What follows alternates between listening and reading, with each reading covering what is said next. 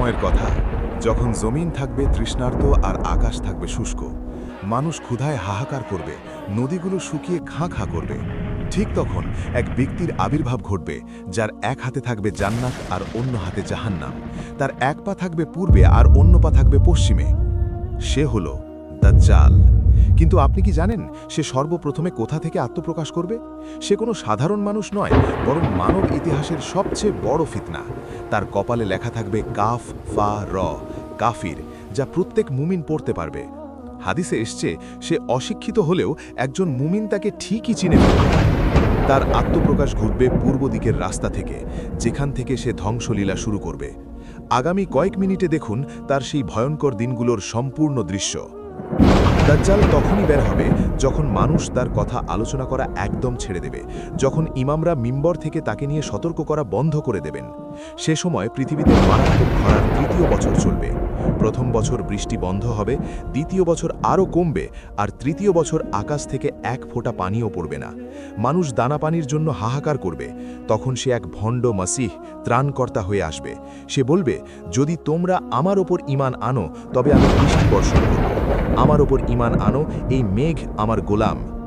হাদিসে এসছে, সে আকাশকে নির্দেশ দেবে আর বৃষ্টি হতে শুরু করবে। মানুষ ধোঁকায় পড়ে যাবে এবং তার সেই মিথ্যা জান্নাতের পেছনে ছুটতে থাকবে। সে শয়তানদের সাহায্যে মৃতদের জীবিত করে দেখাবে। সে বলবে, আমি তোমাদের রব, দেখো আমি তোমাদের মৃত বাবাকে জীবিত করেছি। হাদিসে তার রূপের বর্ণনায় বলা হয়েছে, সে হবে যুবক এবং তার চুল হবে খুব কোকড়ানো। তার এক চোখ ফুলে ওঠা আঙুরের মতো বাইরের দিকে বেরিয়ে থাকবে। সে এক চোখে অন্ধ হবে, অথচ তোমাদের রব অন্ধ নন। তার গতি হবে মেঘের মতো, যাকে প্রচণ্ড বাতাস উড়িয়ে নিয়ে যায়। তার কাছে এক বিশেষ বাহন থাকবে, যার কান হবে বিশাল। সে পৃথিবীর প্রতিটি শহরে যাবে এবং ধ্বংসলীলা চালাতে থাকবে। তার উচ্চতা আর তার দাপট এত বিশাল হবে যে মানুষ ভয়ে কাঁপবে। সে যেখান দিয়ে যাবে সেখানকার মানুষ তাকে নিজেদের মালিক মেনে নেবে। পৃথিবীর কোনো শক্তিই তখন তার মোকাবিলা করতে পারবে না, কেবল সেই মানুষেরা ছাড়া যাদের অন্তরে মজবুত ও সাচ্চা ঈমান থাকবে। মক্কা এবং মদিনায় প্রবেশ করা তার জন্য সম্পূর্ণ অসম্ভব হবে। সেখানে ফেরেশতারা খোলা তলোয়ার হাতে সবসময় পাহারায় থাকবেন। মদিনার বাইরে তার আগমনের সাথে সাথে মদিনার মাটি 3 বার প্রচণ্ড বেগে কেঁপে উঠবে। প্রত্যেক মুনাফিক ভয়ে শহর থেকে পালিয়ে দাজ্জালের কাছে চলে যাবে। সে মদিনার দিকে তাকিয়ে বলবে, ওই তো সাদা প্রাসাদ।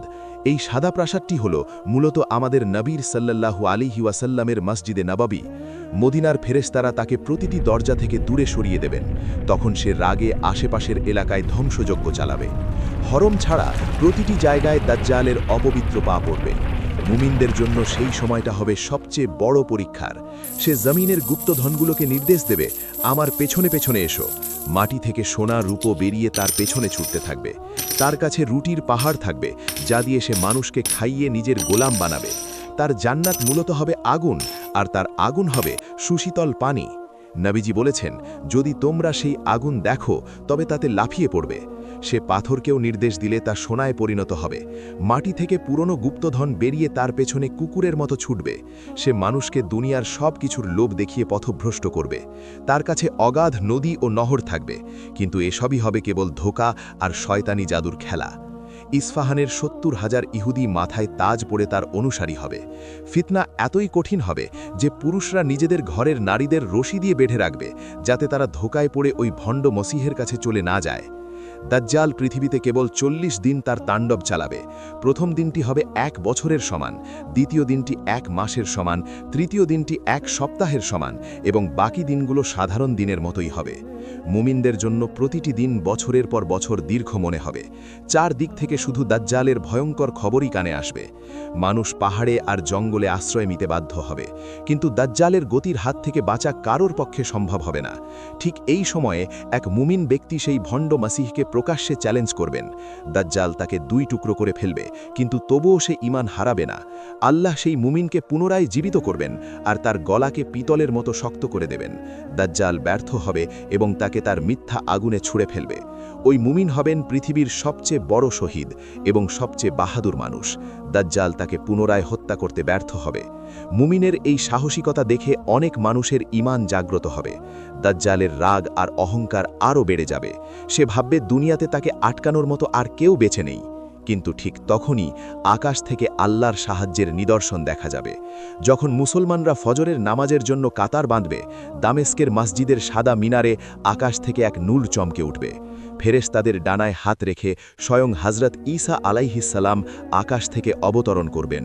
তার চুল থেকে পানির ফোঁটা মুক্তোর মতো ঝরতে থাকবে। হযরত ঈসা আলাইহিসসালামকে দেখা মাত্রই দাজ্জাল লবণের মতো গলতে শুরু করবে। সে ভয়ে কাঁপতে কাঁপতে পালাবে, কিন্তু হযরত ঈসা আলাইহিসসালাম তাকে বাবে লুদ অর্থাৎ লুদ শহরের দরজায় ধরে ফেলবেন। সেই ভণ্ড খোদা মুহূর্তের মধ্যে মাটিতে মিশে যেতে চাইবে। হযরত ঈসা আলাইহিসসালামের চেহারার নূর এতটাই প্রখর হবে যে কাফিররা তার দিকে তাকাতেই পারবে না। তার নিঃশ্বাস যতদূর পৌঁছাবে তত দূর পর্যন্ত কাফিরদের ধ্বংস নেমে আসবে। দাজ্জাল নিজের মৃত্যু নিশ্চিত জেনে আশ্রয় ভিক্ষা চাইবে।